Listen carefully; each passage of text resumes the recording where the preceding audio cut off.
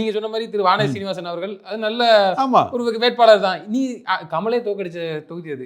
அதனால நீங்க அங்க நிக்க வேண்டியதானே. இவங்க அதை கேட்டு அதிமுக கேட்டு பெற தெரியல. அவங்க சட்டசபையில் நல்லா பேசினாங்க, நான் அதில் குறை சொல்லலை.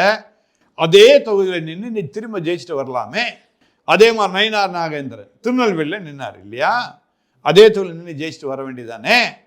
ஏன் மாறுறீங்க நீங்கள்லாம், ஏன் மாறுறீங்க? அப்போது நீங்கள் என்ன பண்ணுறீங்க, வேற யாருக்கும் விட்டு கொடுக்குறீங்க, வேற ஒன்றுமே கிடையாது. நீங்கள் விட்டு கொடுக்குறீங்க. நம்ம ஜெயிச்சானா ஜெயிக்காம போனான்னு அப்படி இல்லை. நான் எங்களை மட்டும் ஜெயிக்க வச்சிருக்கேன், மித்ததெல்லாம் இல்லைங்க. இதுவே சந்தேகம் தாங்க. இப்போ நான் சொன்ன லிஸ்ட்டே சந்தேகங்க ஜெயிக்கிறது. நான் சொல்கிற லிஸ்ட்டே சந்தேகங்க ஜெயிக்கிறது. அதுவே தொகுதி மாறி போறதே தப்புங்க. இப்படி இருந்துக்கிட்டு பாஜக வளர்க்க போறேன்னு சொல்லிட்டு இவங்கள வளர்க்க போறாங்களா இவங்க? இது குறித்து பேசினா நீங்க நல்லா இருக்க கூட்டணி கெடுக்கிறன்னு நமக்கு கமெண்ட் வரும். என்ன கமெண்ட் பண்ணி ஒன்றும் நடக்க போறதில்லை. இவங்க கமெண்ட் கொடுக்குறது தான் பைத்தியக்காரன். அதை பற்றி நான் கவலைப்படல.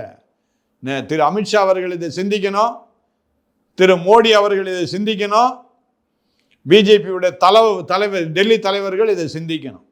தொடர்ந்து இந்த தலைகள்லாம் தூக்கி போட்டால் தான் பிஜேபி வளரும். வேற வழியே கிடையாது.